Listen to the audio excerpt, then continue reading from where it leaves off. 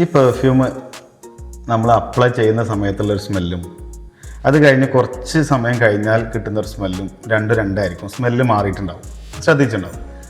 അതിനൊരു കാരണമുണ്ട്. പെർഫ്യൂമിൽ top note, middle note, base note ഇങ്ങനെ ഒരു 3 ലെയറായിട്ടാണ് വരുന്നത്. ടോപ്പ് നോട്ട് എന്ന് വെച്ച് കഴിഞ്ഞാൽ നമ്മൾ ഫസ്റ്റ് അപ്ലൈ ചെയ്ത് കഴിഞ്ഞ ഒരു 15 മിനിറ്റ് വരെ കിട്ടുന്ന, മാക്സിമം 15 മിനിറ്റ് വരെ കിട്ടുന്ന സ്മെല്ലാണ് ടോപ്പ് നോട്ട്.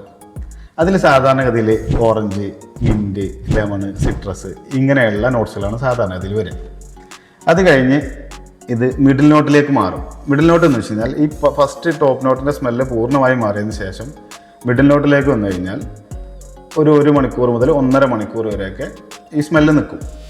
അതിൽ സാധാരണഗതിയിൽ ഈ സിന്നമോൺ, കാഡ്മോൺ ഇങ്ങനെയുള്ള നോട്ട്സുകളാണ് വരിക. അത് കഴിഞ്ഞ് ഈ 1.5 മണിക്കൂർ കഴിഞ്ഞതിന് ശേഷം അതിൻ്റെ സ്മെല്ല് പൂർണ്ണമായും മാറിയതിന് ശേഷം ബേസ് നോട്ടിലേക്ക് മാറും. ബേസ് നോട്ടിൽ സാധാരണഗതിയിൽ 2 ദിവസം 3 ദിവസം ഒക്കെ നിൽക്കുന്ന 2.5 മണിക്കൂർ മുതൽ ഒരു 2 മണിക്കൂർ മുതൽ ഒരു 2 ദിവസം 3 ദിവസം അങ്ങനെയൊക്കെ നിൽക്കുന്ന നോട്ട്സുകളുണ്ട്. അതായത് ഇതിൽ സാധാരണഗതിയിൽ വാനില, ആംബർ, വുഡി, മസ്ക് ഇങ്ങനെയുള്ള നോട്ട്സുകളാണ് സാധാരണഗതിയിൽ വരിക. ഇതാണ് ശരിക്ക് പെർഫ്യൂമിൻ്റെ ബാക്ക് ബോൺ. അതായത് പെർഫ്യൂമിനെ പിടിച്ചു നിർത്തുന്നത് ശരിക്ക് ഈ ബേസ് നോട്ടാണ്.